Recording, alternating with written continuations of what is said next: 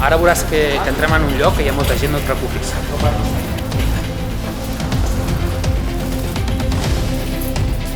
Portem una noia de 22 anys que ha patit un accident de trànsit, patinet turisme, a velocitat considerable, ha fet una caiguda amb un TC a nivell occipital i parietal.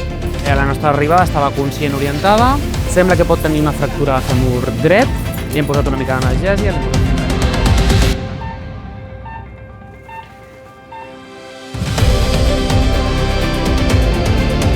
Cristian, sembla una pel·li, oi? És veritat, Sílvia, però el que heu vist a urgències és un pacient real i el que aquí veureu serà pacients simulats per a practicar perquè tot surti bé allà. Benvinguts a MútuaTerrassa.